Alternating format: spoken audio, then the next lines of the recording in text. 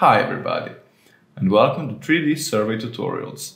In this video, I'll be showing you how to delete points from the point cloud, which is useful, for example, when you want to delete the parts of the cloud you won't be using.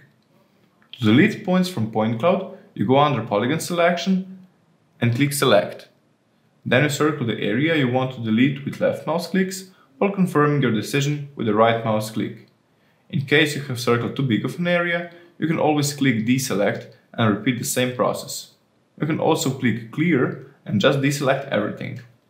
When you are happy with your selected area, you click Delete Selected and the area will be deleted. There is also an option Delete Other, which is a very useful tool for quickly deleting everything you don't need. But to use it, we must previously select the area we want to keep. After using this feature, you can always click Undo if you're not happy with the changes you've made, or Redo if it after all turns out to be okay. That is all for this tutorial. Thank you and see you next time.